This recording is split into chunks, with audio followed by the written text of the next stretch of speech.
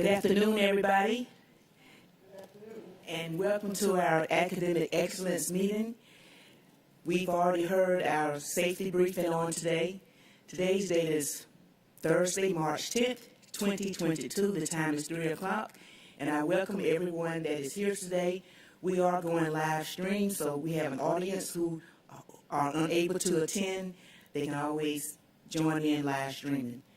I'm very excited about this presentation on today, and it's very dear to my heart because I retired in 2015 after working under this department for 15 years. And the department that we're giving us a presentation today is Compensatory Programs. Compensatory Programs is very important to our school district, and that program is also very pivotal to the matriculation of our students graduating from pre-K, matriculating from pre-K all the way to 12th grade.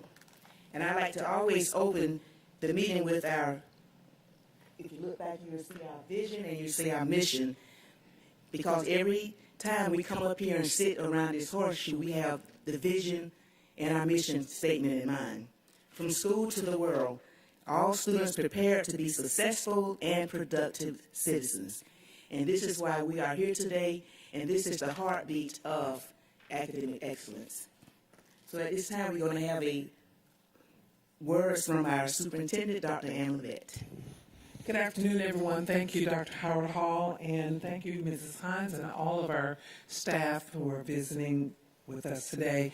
This is the part of the organization that you don't hear a lot about, but it's certainly the part of the organization that supports our students, staff, and our families. Today, we are really very pleased to have some top-notch presentations. While they cannot capture everything that is done within compensatory programs, it is clearly a little peep into what they do. They are engaging with students and staff and schools all across the county. We depend on them to keep our students' needs in mind and at the front of their work. So we want to take a few minutes and thank them for what they do, congratulate them on their successes, and we are happy to share all the work that they do here today. So thank you for the opportunity. And thanks to Dr. Hancock and her staff for making sure that everything was in line and ready to go for today. Yes, special thanks to Dr. Hancock. And I'd like to introduce Dr. Hancock. She's our Associate Superintendent of Learning Support Services, and she will introduce our presenters for today. Dr. Hancock. Well, hello, everybody. I'm delighted to be here today at the Academic Excellence meeting to introduce you to some of our Learning Support Services team. With us today, we have Melissa Sukonic, our Director of Compensatory Programs. We also have Sharon Hill, our SCC PSS Homeless Liaison, and Michelle Torres is our English Language Learner Teacher Specialist. Each of these educators is highly dedicated and serves and leads with their heart. They are committed to excellence in ensuring that our economically disadvantaged, our homeless, and our English language learner students have the opportunity to reach their full potential. And to me, that's what academic excellence is. Every child reaching their full potential regardless of the barriers. So I'm very proud of my team that's with me today, and we're going to start off with Ms. Sukonic talking about compensatory programs.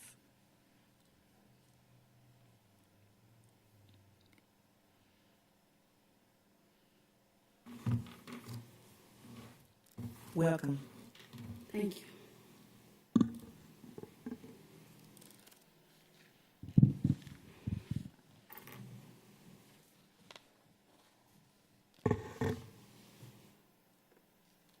Good afternoon. I'm Melissa Sukonic. I am the Director of Compensatory Programs.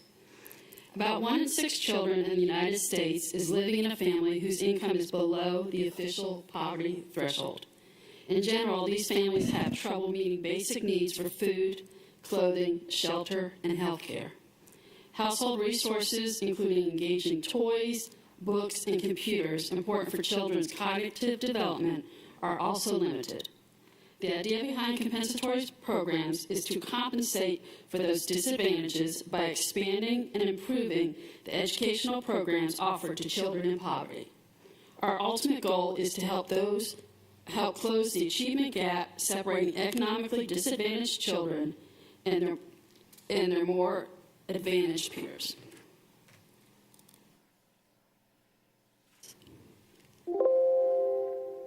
Not.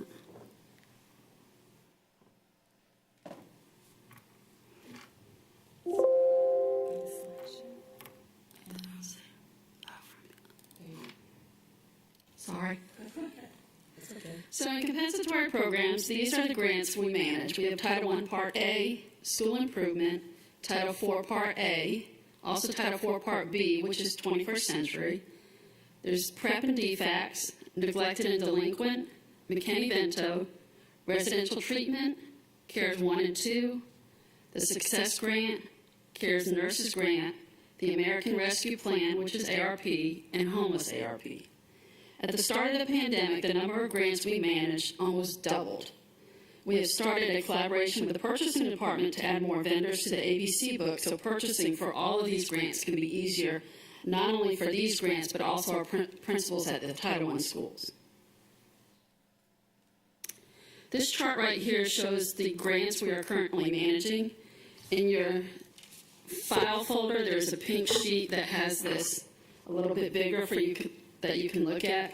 But if you can see, we're almost to $180 million right now in our department that we're managing.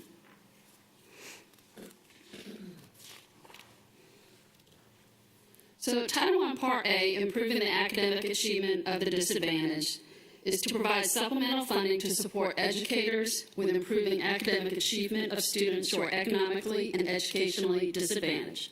Funding is based on the site's free and reduced lunch percentage, and currently 58% of Savannah-Chatham County public schools receive Title I Part A funding. This week, I received an invite to the Brustein and Manassas Spring Conference, which is a law firm that deals only with educational legislation. And in the invitation, it said that there is a proposal from Congress to double the amount of Title I funds for next year. If these talks continue and this goes through, wow, but we may need to think about adding more schools to our Title I list so that we can serve more students. So the impact that Title I has on student achievement. Title I funds are used to provide class size reduction teachers, academic coaches. Recently, in the last few years, we've added behavior coaches and behavior intervention teachers. There's instructional software, leveled readers, and of course instructional technology, and then reading, math, and science kits. We have seen an increase in principals allocating funds for science and math manipulatives to support those STEM and STEAM activities. Title IV Part A started back up a few years ago, and this is to provide all students with access to a well-rounded education, improve student conditions for student learning, and improve the use of technology in order to improve academic achievement and digital literacy of all students. For this grant in our district, we fund 4 content teacher specialists at the district level. We have a teacher that works at Front Porch, and we have some software that is available for our district schools, and we've done a MIRA and USA test prep through this grant. Currently, we have 34 public and charter schools receiving Title I funds. We have 15 private schools that receive either Title I funds or Title I and Title IV school funds. And then we have 3 neglected and delinquent facilities, of one of which is a residential facility.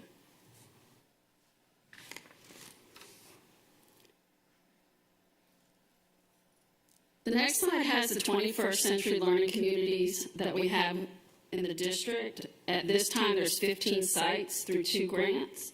And the purpose of 21st century is to provide opportunities for academic enrichment and tutorial services. Students receive a hot meal, homework help, and instructional support, family engagement activities, and events for parents and students. There are 2 handouts in your folder. There's a blue handout, which has more information about 21st century, and then the yellow sheet has information about the summer program for 21st century this summer. We have recently submitted 5 new RFPs. to have an additional 11 sites to 21st Century. And so if you look at the slide, Beach, Southwest Middle School, and Windsor Forest High School are on one RFP. Garden City and Bloomingdale are on another. Southwest Elementary and West Chatham Elementary on another RFP. Windsor Forest Elementary and Hurd Elementary are together, and Isla Hope and Georgetown are together.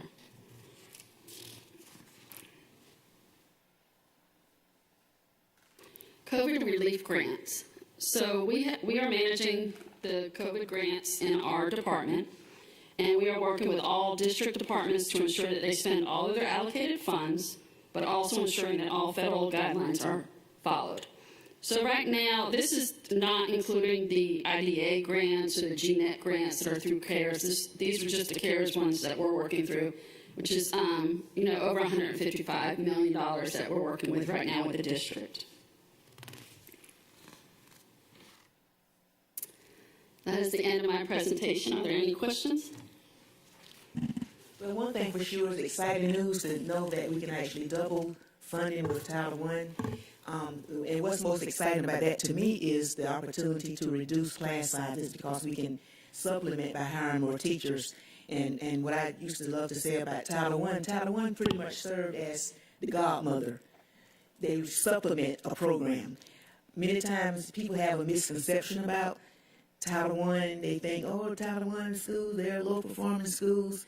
And it's just really, it's Title I, it's a grant. And to know that you're managing your department, I know how busy that work can be. It is a lot of work involved in trying to manage and maintain the grant. And when you come to board meetings, you often hear questions parents ask, well, what is going on with the CARES Act? What is going on with the CARES Act? So this is a wonderful opportunity so we can share more exactly how we expend those funds. When you talk about the different grants, such as the nurses grant and all these other grants, could you just talk a little about some specific things that's going on with the CARES Act? Because I do understand that everything must be in the consolidated application. Yes, ma'am. And we do have everything line item. For some reason, there's a myth out there that we just have all this money and we're frivolously spending it and we don't know what we're doing. But every dime is accounted for, especially when it comes to a grant. You have to really be meticulous in the spending. So could you just kind of talk a little about the CARES Act? And that was part of the headache at the beginning of this, is some departments would just submit purchase orders for things that were not in the Con App. And we had to tell them, no, you can't get this. It's not in the Con App. We need to do an amendment. Is there anything else that you want to add to this amendment? And we got a little pushback like, well, you're trying to hold off. You're not letting us get things. We need these. We're not trying to do that. We just need to make sure that we get these amendments into the Con App. So I know for the nurses grants, all the nurses got traveling carts that have a lot of locking drawers so they can move things. They all got new blood pressure cuffs, standing. So they've received a lot of supplies and equipment that I think normally wouldn't get there. And I think Nurse Lisa was always very excited, like, I can get that. Yeah, you can. She's like, but it costs this. It's okay. You have the money. We can do this. And so it's been exciting working with these other departments to be able to help them get what they need to make it through this pandemic. Okay, Ms. Hand, do you have anything? Thank you for the report. Quite informative, and I am glad that we kind of expanded our. And I'm sorry, I walked off and rushed off and left my glasses at home. We expanded the Century 21 program in some of the other schools. This is quite beneficial to parents. Some of the parents have to work late hours or whatever, later than normal work hours, and this is quite helpful to them. So I'm glad to see this part of the program. You got a lot of work to do this coming year and within the next year or so to make sure these funds get exactly where they need to go and help the children that we're trying to help. So thank you very much. You're welcome. And those RFPs, we should hopefully hear back from them sometime at the end of April or end of March, beginning of April, to see which got accepted. But we're very hopeful we're getting all 5. So Thank you. Could you also talk a little about the Title I plans? Because it kind of explains what happens to the funding. Because a lot of times, like I say, people look at Title I and grants as a checkbook, not realizing that we do have to write a plan. It's called the needs assessment plan. So if you could just talk about that a little. Yes, ma'am. We're actually starting our planning right now for FY23 SIPs. So schools right now were able to clone their SIP from last year, so that means all the data moves over. And they should be meeting with their leadership teams, their stakeholders, and reviewing last year's plan, or this current year's plan, and discussing any changes that need to be made at this time. And it should be a collaborative effort. It shouldn't just be one person doing the SIP. So those will be submitted before the principals leave for the summer. I have set up a meeting with the school improvement directors and I can't remember the other position now. Senior officers, thank you. I've set up a meeting with them on March 23rd so we can discuss what we all need in these SIPs, and that we're sending out one message to the principals.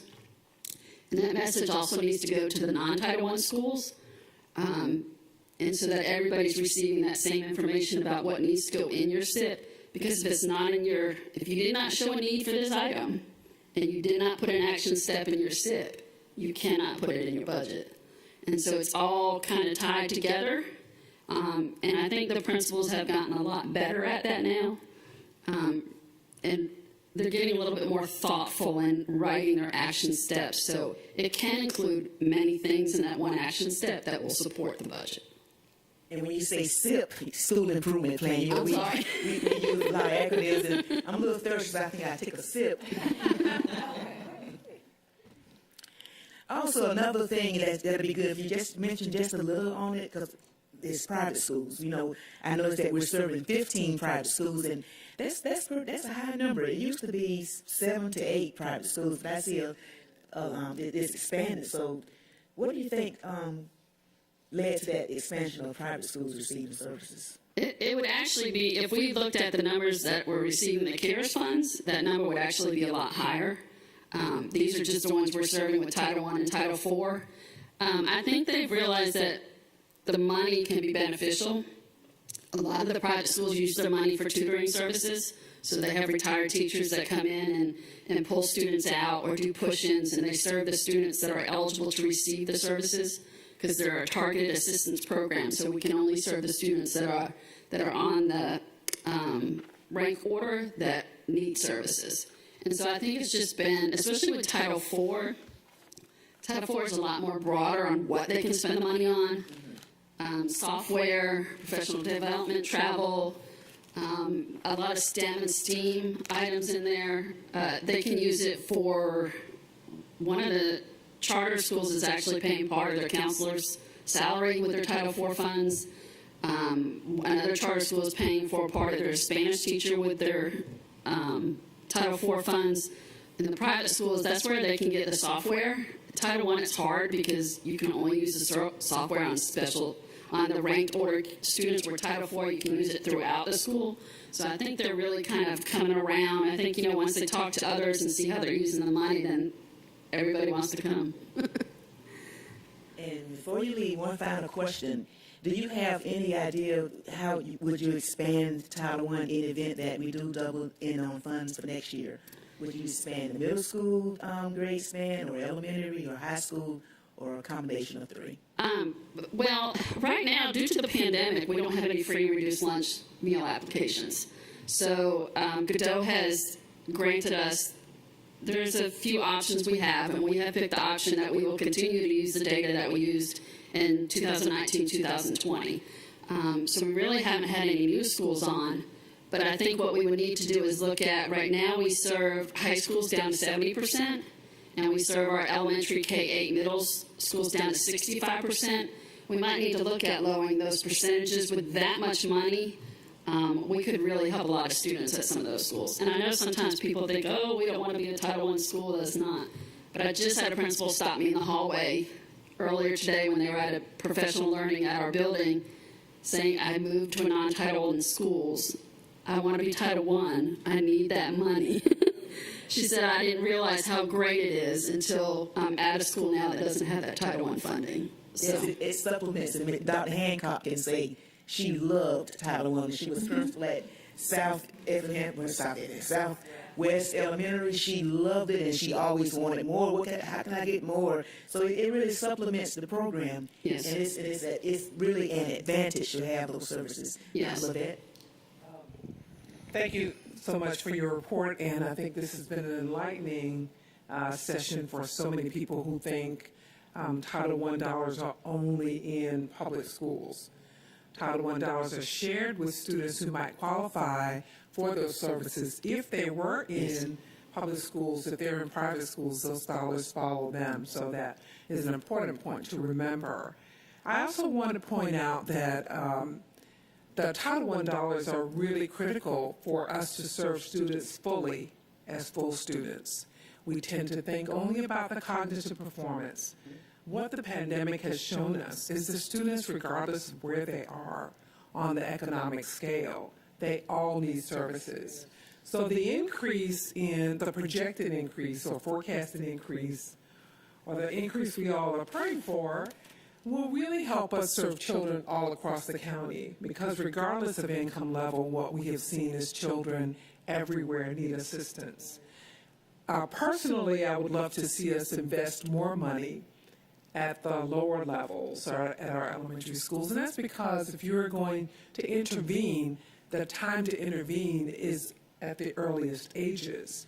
In my previous district, we definitely made a commitment, the board and the superintendent, and of course as the deputy, we made an investment to have our Title I dollars at the lowest level, because then we could offer assistance at that level. Very often around this horseshoe, we talk about having paraprofessionals in every elementary classroom, and right now we're just simply not in a position to do that, especially out of the general fund. So I would really love to see, should those dollars come into being, a thought about how we invest across the board, as we suggested, looking at lowering the qualification criteria, that level, but also looking at how we might invest more dollars at the elementary level so that we can reduce those class sizes even further, but also provide some much needed assistance in those earliest grades in those classrooms as those children become socialized to the learning environment, but also we can intervene at a much earlier point. So thank you for allowing me to share that. Thank you. Thank you.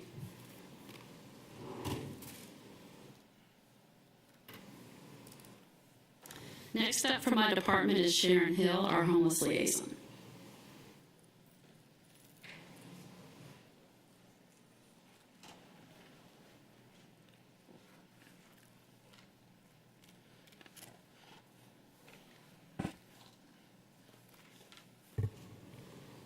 Good afternoon. My name is Sharon Hill. I am the school district's homeless liaison. I'm going to share with you today some information about a program that's called McKinneyVento.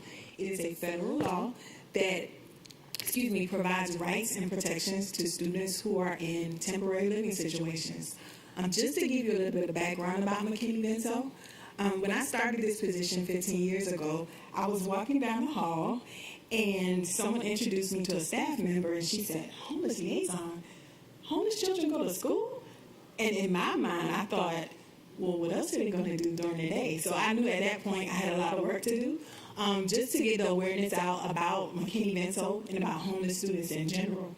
The purpose of McKinneyVento is to eliminate any barriers to attendance and enrollment for students who are in the following living situations. Those are doubled up families. We consider doubled up families to be anyone who's lost their housing and had to move in with a family member or friend. Also, students who are living in motels or hotels has to be due to an economic reason, not necessarily because of a job. Sometimes we get that a little bit confused. Staff members think, oh, they're in a motel.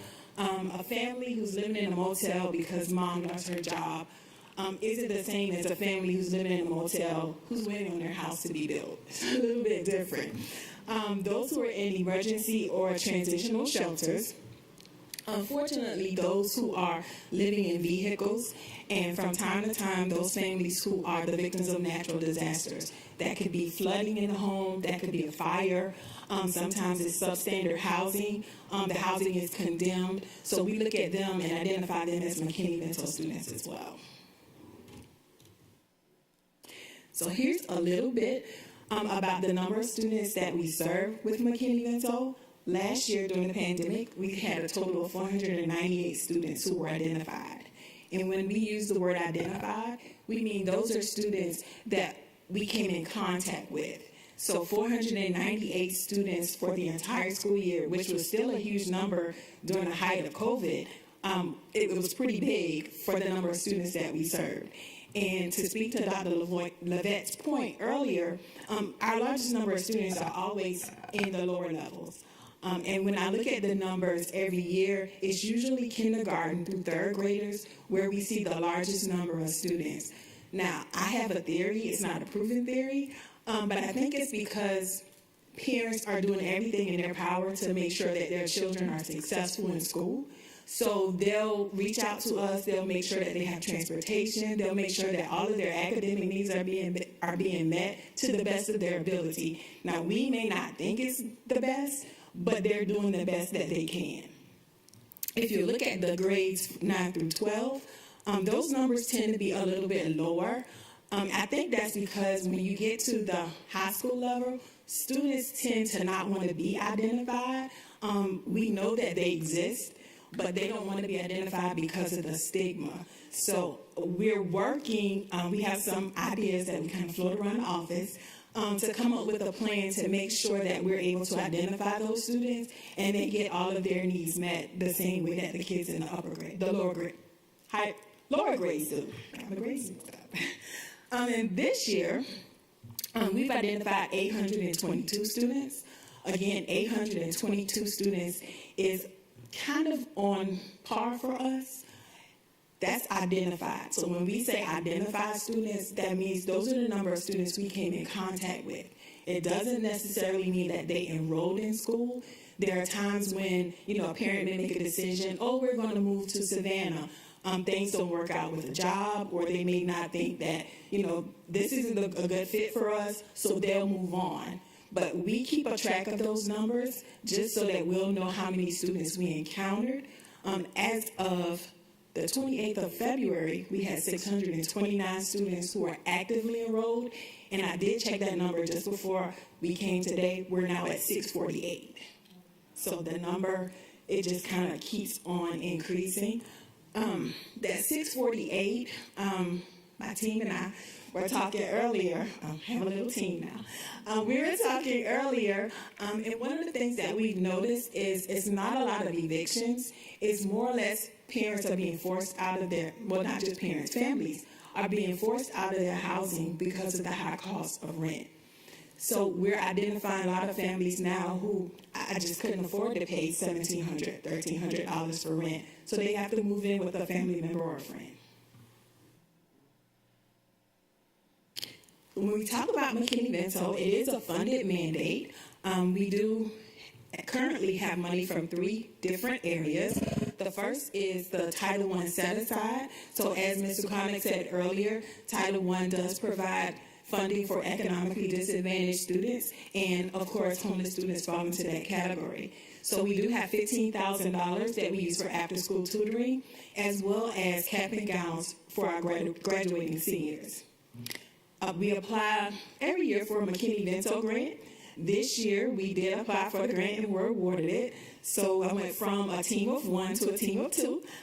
So we were able to hire a case manager. And that case manager works with students with identification and enrollment. Anything pretty much school-related, she's handling. Great asset to the team. I'm not going to turn around and make them stand up, but great asset to the team. And then we were also awarded $391,000 as a part of the American Rescue Plan. So with those funds, we were able to, my dream was always to have someone who could kind of handle the case management piece as far as school goes, and then to also have someone to work with students in the community. Because we know, or at least I found, we all know that sometimes we put a Band-Aid on things, and we get you a bus, but that doesn't always help you with food, that doesn't always help you with clothing. So the community navigator was a huge piece that we decided we could definitely utilize those funds with. So Ms. Darktree, I'm going to share their names. Ms. Darktree is our case manager. So she works with our Stand up, Ms. Darktree. Yes, stand up, Ms. Darktree. So Ms. Darktree does a wonderful job. She makes sure that our students are enrolled. She makes sure that they have transportation. All of their school needs are being met. And so right next to Ms. Darktree is our new community navigator, Mrs. Cox. So she hands off all of that information to Mrs. Cox, and then she makes contact with the families to see what type of needs they need that are in the community. So we've had car seats, we've had requests for car seats, typically things that families wouldn't share with me because I'm just kind of putting a Band-Aid on the problem and kind of moving on. We're also using those funds for school supplies, hygiene kits and PPE kits, as well as uniforms. ARC gave us a lot of flexibility, so we're going to purchase laundry cards for our families, especially the ones in motels, so that they'll be able to start school with clean clothes and have clean clothes throughout the school year, as well as for professional development. That was a huge piece for me because a lot of times people, I had one parent say, "Oh, it's the Sharon Hill law." It is not the Sharon Hill law. I did not. That is not a law that I came up with. But I do want staff members to be able to see what McKinneyVento does on a national level, because we see it here in our community, and we kind of get, oh, that's just a Chatham County thing. But we'll be able to have staff members to go to the national conference to be able to see what other districts are doing and how McKinneyVento is impacted around the nation. Any questions? Ms. Hines? Thank you so very much for this information. It's quite informative for us. But my question may be a little different. How do you work with children, unfortunately, with COVID-19? How do you work with children that lost both parents? That's not a question that we ask. Not one. You ladies, have you all had any? I did get a call from a gentleman about 2 weeks ago. He was a veteran, his daughter had lost her mom to COVID, and he was just trying to figure out how to have a teenage daughter, as well as how to get her registered for school. The first thing he was trying to do was really get her in school. Yeah. So we talked about the enrollment piece, how he needed to do that, and then, just some services, some grief counseling that his daughter would need, as well as some linking him with some services in the community for veterans, because he wasn't accessing those services. So hopefully, I haven't heard from him, so I guess it's working out for him. Well, thank you. Okay. I'm sitting here and it saddens me with affordable housing. Rent is skyrocketing. Mm-hmm. Also, people are being displaced out of homes and are receiving vouchers, mm-hmm. but the vouchers are not enough to cover the expense of the rent. So I see it getting worse before it gets better. And it is, for myself, my family was never homeless, but it was a lot of us. We had a one-bedroom apartment house. 8 people lived in that house, but we all stayed together. We didn't know we were poor. When you come up without, you just, you love and you have family there with you. But to know that children are being displaced and single moms, and not only single moms, just, a couple, married couple. We definitely have this rent. Are you on any boards, or are you doing any type of collaboration with the housing department of the city of Savannah to address the issue of the homelessness within our school district? I am on the board for the Authority for the Homeless. As far as housing goes, I think when we talk about affordable housing, we need to kind of change that verbiage and say low-income affordable housing, because what we consider affordable is maybe a salary of $30,000, $40,000. But when we look at our families, we're talking about low-income affordable housing, not just affordable housing, because we we think, oh, they're going to build housing and it's going to be great, and all our families should be able to qualify. But if you're making $7.25 an hour, it's not affordable to you. So we need low income affordable housing, not just affordable housing. Because affordable just hadn't been explained. What is affordable? So Exactly. Right. What is affordable? So that's good. Also, before Dr. Levette has a remark, stabilization with transportation. I know that you try to make sure that each student is stabilized in their school throughout the entire year, although they may move around. So what does that look like this year? This year has been a little bit challenging, especially with those families who are in shelters, because, if there's an outbreak of COVID or 2 people test positive for COVID, families may decide, oh, we're going to stay here, or we're going to move. There's just a lot of moving pieces. Just before we came here earlier, we thought one family was in one location and the bus was arranged and they were actually someplace else. So there are a lot of moving pieces with transportation.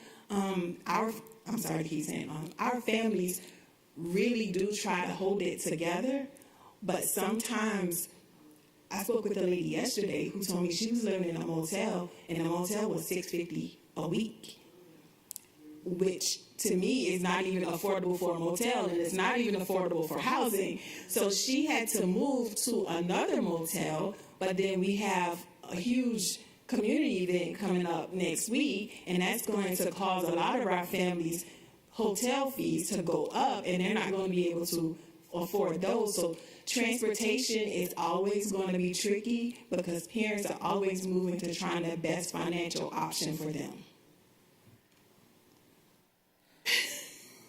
How much did you say a week? Yeah, $650. $650 a week. So that's pretty much $2,600 a month Yes, ma'am. to stay in a hotel. So she was moving to another motel that was, she called it affordable, but to me, again, that wasn't very affordable. The dollar amount she gave me, I think she said it was like $324 a week, but it gave her a place to stay. And on a happy note, can you give us a success story? I remember several when I worked in compensatory programs with the teens, with graduations. Yeah, I remember some things that happened. That's probably the happiest time of the year for me. I would love to go to every graduation. I try to go to all graduations, just because you know the story behind the name being called. It may not be a student who we work with as a senior. It may be someone who was a 3rd grader, and you remember, I remember, this student moved around 5 times, and so I'm like a big baby at graduation sometimes, because I get there and I'm just constantly, kind of overflowing, like, oh, you really made it, you really did it. So those are probably the most successful stories that I've had. Graduation, definitely graduation. Dr. Levette.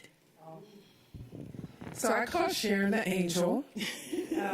She's a community angel. Everybody knows Sharon Hill, and every time I have an opportunity to talk about her work, which she is very modest about, she doesn't talk about the fact that when families are moved out of their homes, the county, the city, they know Sharon, and they call her, and she answers.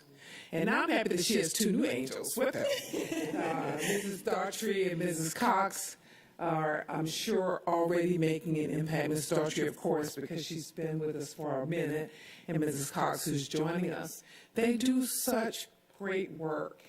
And I will tell you that it's the work that isn't written about. It's the work that's not celebrated, but it is the work that changes lives. I was in the Back to School Expo 3 years ago, and I'm sure Sharon will remember this family, and a grandmother came up to me and said that she had moved to Savannah from somewhere on the West Coast. And when she moved, it was because the family had been disrupted, and she brought 5 children with her. 5. She had no place to live, and she came to register the children, and she was referred to Sharon. Sharon Hill not only helped them to get housing, but to get clothing, to get the food that they needed, and was in constant communication with them. And she had just graduated I think, the oldest of the children. But she stood in that Civic Center and she cried because of Sharon Hill. She said, I don't know if we could have made it without her. And that's just one of the stories. So when we think about McKinneyVento, which we think actually deserves more of an allocation because of the number of persons who do not self-report. But we know that there are more. And when I call Sharon or someone calls her and just says, can you help? She is willing to come. Day, night, Saturday, Sunday, whenever. So I always say my prayer and thank God for her because she and her team do a great job. Thank you. Well, Sharon, that's a good name to be called the angel because for years they called you the homeless lady. And before you sit down, just one more thing I'd like for you to share is that the advantages to, being a homeless teen and once they graduate, what is offered to them upon graduation. Well, glad you asked that question because we're definitely coming to the end of the school year. But one of the key advantages for our students, especially our seniors being identified, is the difference between getting a student loan and getting a Pell Grant. If you're identified as a homeless senior, then you automatically qualify for, I don't remember the dollar amount, but you automatically qualify for a Pell Grant. If you don't have that documentation when you're in school, if we don't have that on record at the end of the school year, we can't go back and identify a student. So it's very important for students to either self-identify or for staff members to make sure that they're in contact with us so that we'll have that documentation. One of the worst feelings I ever had was a student who was in the financial aid office at a university who was definitely met the definition of McKinneyVento but wasn't identified. So she was literally in the financial aid office, and the financial aid officer was, begging, like, can you do anything? But it was a new school year, and there was nothing we could do. So it definitely benefits our homeless seniors if they meet that definition to reach out to us. Even if they don't need it now, they may decide they're going to go to college 3 years from now. We'll still have that documentation on record, and it'll be to their benefit. Yeah, and I didn't know it either until I experienced something myself a few years ago. I took in a relative, and I went straight to Ms. Hill, and that's when I found out the advantages and opportunities that it had. So I'm glad to see that you all are working to identify more students in high school. So, in the event they want to continue on with their education, they can get the assistance that they need. We appreciate you, and thank you so much. Thank you. Yes, What about when you have children, for some reason or another, in high school that decide that they just want to leave home and become homeless? How do you handle those situations? They just decide they can't deal with home any longer, or they don't want to, and they have these great minds that they can make it on their own. How do you handle situations of this nature? They can be considered unaccompanied youth.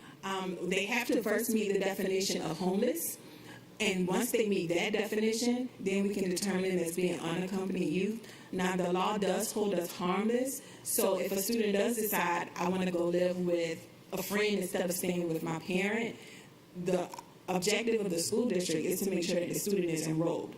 So we don't necessarily kind of get into the, did you miss your curfew or that type of thing. Again, our goal is to make sure that the student is enrolled and successful in school. So we'll kind of let other agencies sort that part of it out, but we do not want to deny them enrollment or attendance simply because they made a teenage decision. Thank you. And up next is my colleague, Ms. Michelle Torres.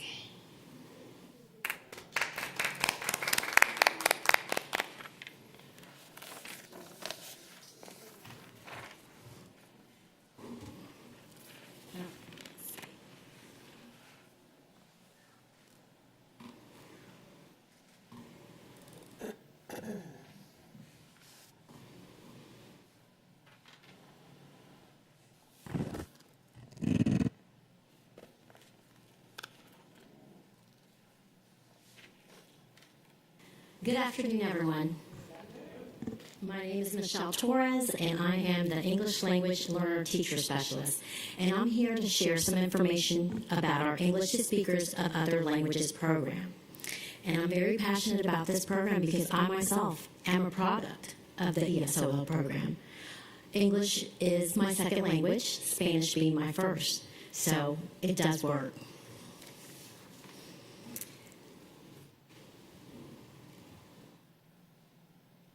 Now, our ESL program operates under several federal and state laws, as well as State Board of Education rules. Under the Title VI of the Civil Rights Act and the Equal Educational Opportunities Act, public schools and state educational agencies have a legal obligation to ensure that students who are not fully proficient in English can meaningfully participate in their educational programs and services. Schools are required to develop and implement an evidence-based language instruction educational program, which allows our English language learners, which are referred to as ELLs, to access grade-level core curriculum to succeed in the general education classroom.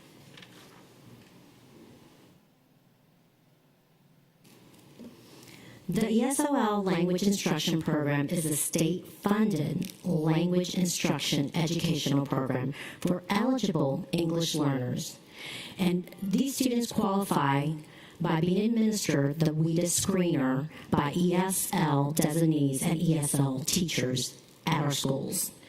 The federal government provides grant funding to states through Title III to help ELLs with language acquisition and with meeting the content standards. Now I wanted to go over some quick facts in Georgia. Georgia educates the 8th highest number of ELs in the nation. We currently have 108,752 total students in ESL in Georgia. EL enrollment in Georgia grew by 61% from 2011 to 2019. Spanish is the most common home language at 78%, followed by Vietnamese, Chinese, and Arabic. I now wanted to talk about the purpose and the goal of our program. The purpose of the program is to provide English language development instruction and language support services to our ELs, our English learners, for the purpose of increasing their English language proficiency and their academic achievement. The goal of the program is to increase both English language proficiency and academic language proficiency in content area subject matter. The 4 domains that the ESL program focuses on are listening, speaking, reading, and writing.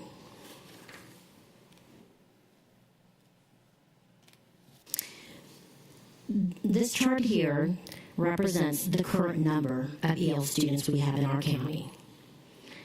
As you can see, the top 3 ESL schools with the most ELLs are Gould Elementary School has the highest number at 271, followed by West Chatham Middle School at 209, and then Garden City with 202, and then you have Hess K through 8 at 194.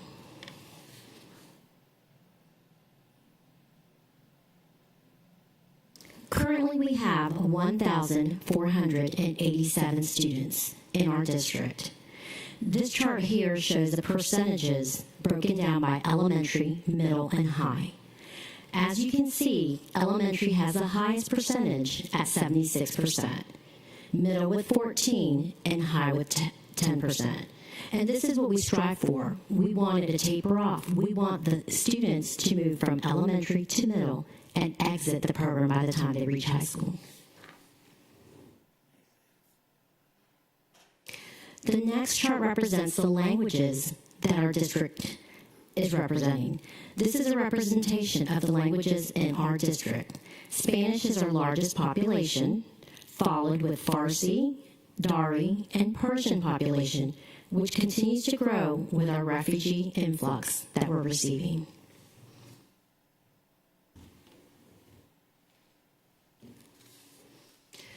Through the the American Rescue Plan, we were able to begin professional development for our regular education classroom teachers.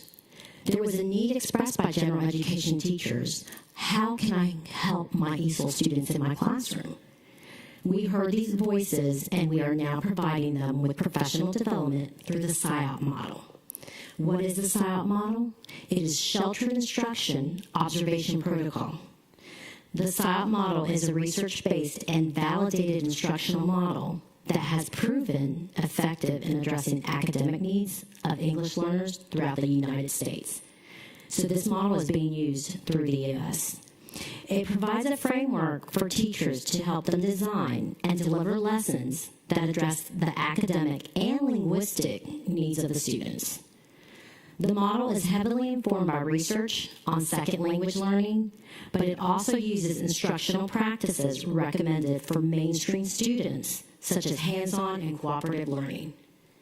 It consists of instructional features that cover 8 aspects of lesson design and delivery.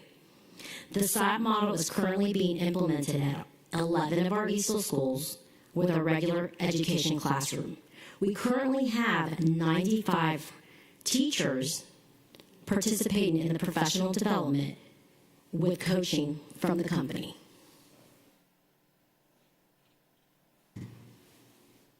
There are 8 components of the SIOP model. The first is lesson preparation. The second is building background. The third is comprehensible input. Fourth, strategies used. Fifth, interaction. Sixth, practice and application.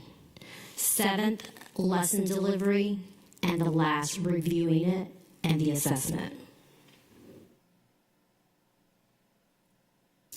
We also are very proud we applied to an Innovative Approaches to Literacy grant, the IAL Grant. We were awarded $781,257. The IAL Grant, which is going to be led by the IAL teacher specialists, will scaffold support to schools and communities through the All Aboard the Reading Express by providing grade and language appropriate books for the home, providing training materials in multiple languages for the parents during family engagement events, and pediatric well-child visits through our partnership with Curtis V. Cooper. Funding the acquisition of language-appropriate books to expand our school libraries so that we have diversity. Next, I have the All Aboard the Reading Express. So the goal of the All Aboard Reading Express is increased reading achievement among K-12 students in urban, rural, ELL, and low-income communities. Our goal is to target literacy instruction for parents and students in our communities. We want to provide professional development for our media specialists. We will have strategic community partnerships to provide books to build students' at-home libraries. Our traveling Books on Wheels bus will bring rich literacy instruction and free books to students during and after school engagement, family engagement events. We will also provide early literacy instruction through our partnership with Curtis V. Cooper to provide books to children and pamphlets and literature in multiple languages when they go to their doctor visits.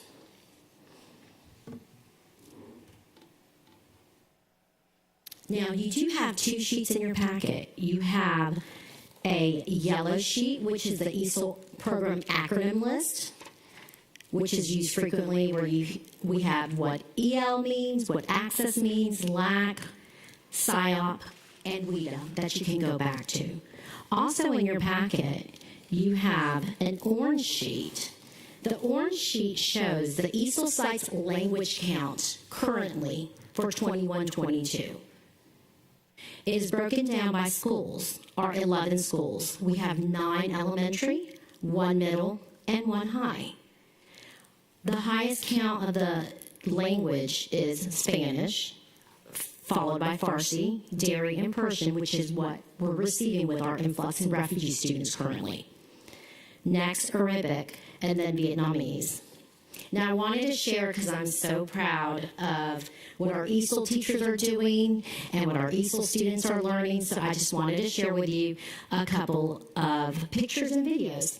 So if you look at the screen, you can see we have our teacher here doing small group, working on some vocabulary, working on some comprehension, story elements, sequence. And in our next slide, we have two of our ELL students that want to share what they're learning. I like ESL class because I get to learn more and my English gets better and we do fun activities there, so that's why I like ESL. So that's our first student. Here's our other. Hi, my name is Isabella and my teacher teaches us reading in English and writing in English. So that's just a little of what our ESL program and how it's impacting our community. And our ESL program just continues to grow every day. So, and that is the end of my presentation. If you have any questions, please let me know. Thank you, Ms. Hines. I don't have any questions, but I'm happy to hear your presentation for today. It would have made my life a little easier when I was teaching school if we had these programs in place, but thank you very much for your presentation. We've come a long way. Yes, ma'am. Okay. Do you have translators for every language? I noticed that there are several, like Swahili and Creole. Is there someone that can actually interpret those translate We those currently, languages? our district is one of the districts that does not have any translation services that we can acquire, for our county. There are other counties that do.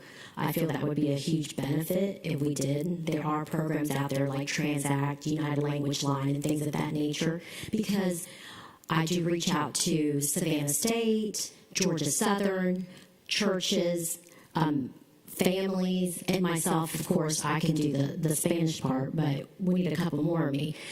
And so that would be a great benefit, but currently, no, we don't. We try to use like apps or Microsoft Translate, but that's not always 100%. We did have Transact in the district, and I'm disappointed that we do not have it any longer. So I am certain that after this meeting, we'll be looking into how we can get it back. It was not utilized as well when we had it before, and I think that was one reason why there was a decision somewhere along the line.